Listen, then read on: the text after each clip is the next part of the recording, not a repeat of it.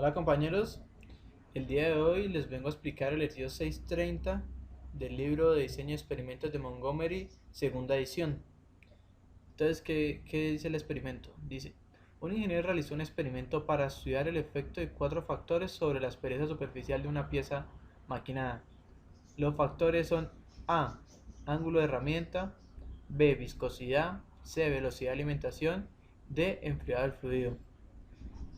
Los datos de este experimento los vamos a representar aquí con sus respectivos niveles. El nivel bajo va a ser 12 para los grados y el nivel alto pues 15. Aquí se representan los niveles para los factores.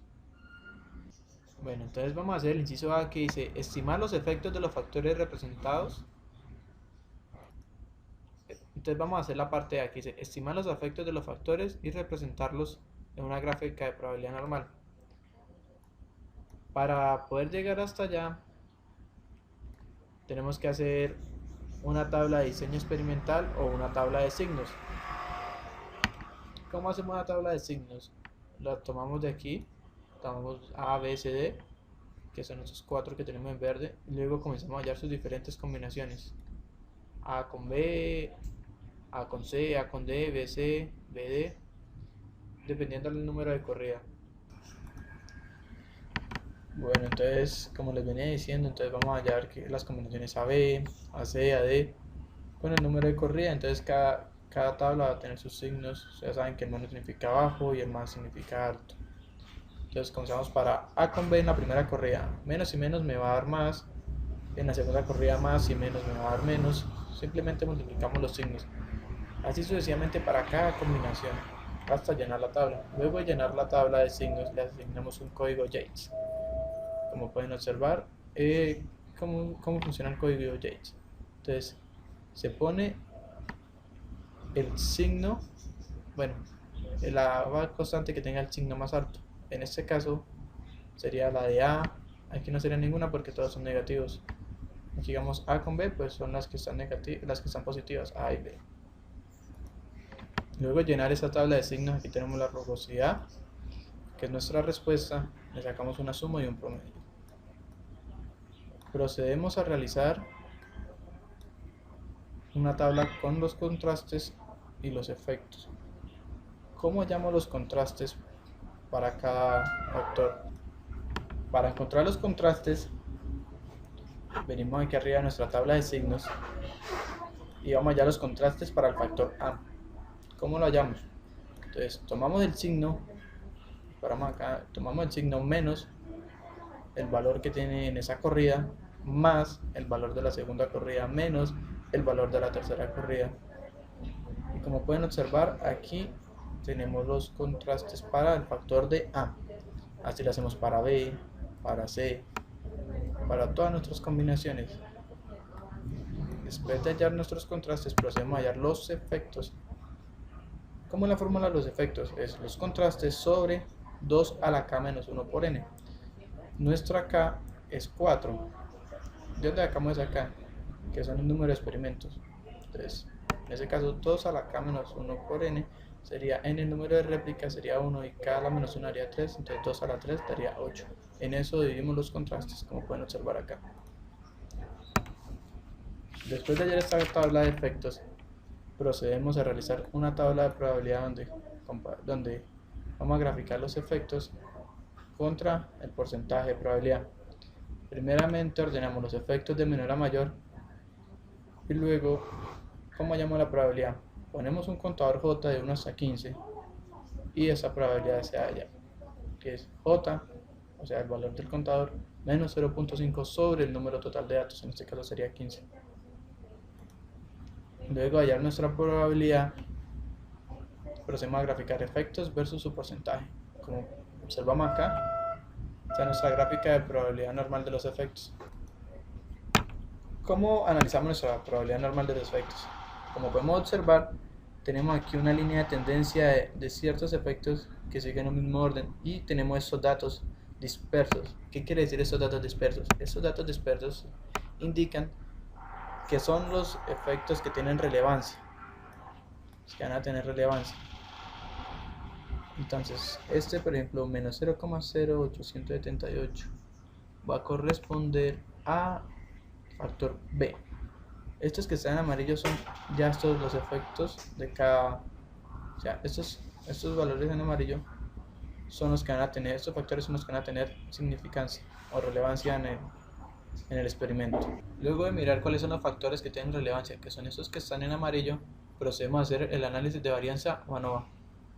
¿Cómo lo hacemos? Organizamos los factores y para hallar su suma de cuadrados sería la suma de cuadrados de su contraste sobre 16, que es el número de experimentos, el número de corridas.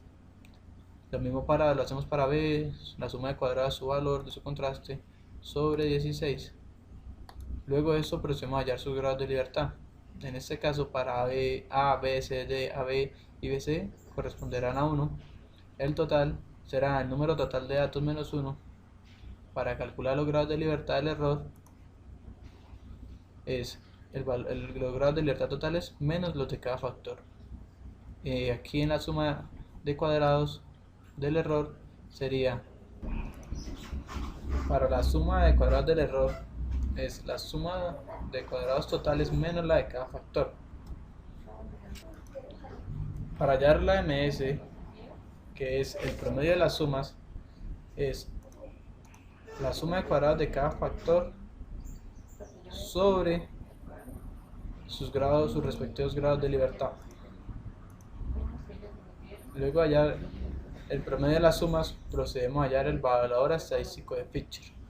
¿Cómo hallamos el valor estadístico de Fisher? Es dividir el promedio de las sumas de cada factor sobre el promedio de las sumas del error. Luego de hallar cada valor del valor estadístico de Fisher con la función im.f.cd por la derecha, encontramos ¿qué se mete en esa función? Se mete el estadístico de Fisher, el grado de libertad del factor y los grados de libertad del error. Con eso obtenemos el valor P.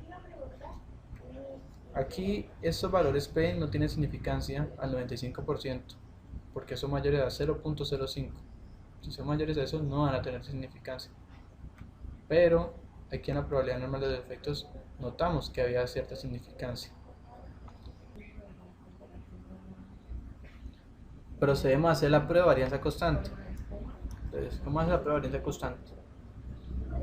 Tenemos los efectos y los graficamos en contra del promedio. En este caso, nuestro promedio va a ser 0,0027. Ya hacemos nuestra prueba de varianza constante. Entonces, el gráfico obtenido no muestra una tendencia particular, o sea, no tiene forma de trompeta, y en consecuencia se puede concluir que se cumple con la prueba de varianza constante. Como pudimos observar, no tiene significancia. Entonces el ejercicio nos plantea, si no llega a ser así, o sea, no tiene un modelo, entonces repita el análisis, pero utilizando la rugosidad 1 sobre y, o sea, nuestra respuesta. Entonces tomamos nuestra respuesta 1 sobre y, aquí obtenemos nuestros valores, nuestra nueva suma, nuestro nuevo promedio, y nos procedemos a realizar sus contrastes. Como les expliqué anteriormente, los contrastes se hallan, digamos, en la corrida 1 sería menos este valor más este valor menos este valor, y así hallamos los contrastes para A. Sería lo mismo para B, menos este valor menos este valor más este valor, y hallamos contrastes para B, y así lo hacemos para el resto. ¿Cómo hallamos los efectos?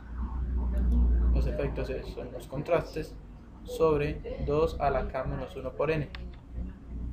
En este caso ya le he explicado que sería 8, y entonces contraste sobre 8 y obtenemos estos valores. Hacemos la prueba de normalidad, graficamos los efectos contra su porcentaje de probabilidad.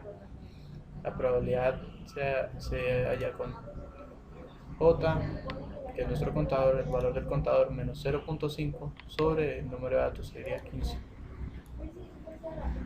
Obtenemos nuestra gráfica de probabilidad normal de efectos con 1 sobre y. Aquí notamos la tendencia, y estos valores que están aquí por fuera van a ser los que van a tener influencia. Obtenemos nuestra gráfica de probabilidad normal de efectos. Aquí notamos una tendencia, estos efectos no van a tener significancia y estos que están aquí sí van a tener significancia. Entonces miramos cuáles son, obtenemos que son los factores A, B, C, AB y BCD. Luego de saber cuáles son los factores que tienen efecto, realizamos el análisis de varianza o ANOVA. Algo que se me olvidó explicarle anteriormente, que la suma total de cuadrados es la suma total de cuadrados menos el factor de variación. ¿Cómo se halla ese factor de variación? Ese factor de variación es la suma total de cuadrados de todos los datos sobre el número total de datos. Luego ya la suma total, la suma de cuadrados totales. Próximo ya la suma de cuadrados del factor A o del B sería contraste sobre 16. Y la suma de cuadrados del error sería la total menos la de cada factor. Hallamos los números de grados de libertad. Para cada contraste va a ser 1. Y los grados de libertad del error van a ser los grados de libertad totales menos los de cada factor. Los grados de libertad totales son número de datos menos 1. El promedio de las sumas es la suma de cuadrados sobre su grado de libertad. Para hallar el valor estadístico de Fisher sería promedio de la suma de A sobre el promedio de la suma del error y obtenemos estos valores. Ya obteniendo el estadístico de Fisher, aplicamos la función im.f.cd con la probabilidad siendo el estadístico de Fisher, los grados de libertad de cada factor, digamos en este caso sería el factor A, y los grados de libertad del error, y obtenemos esto. Como podemos observar, al 95% ningún factor va a tener significancia. A pesar de que se hicieron unas gráficas,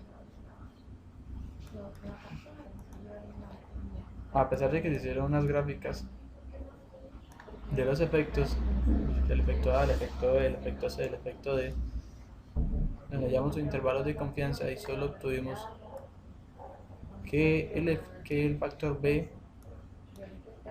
iba a afectar al resultado.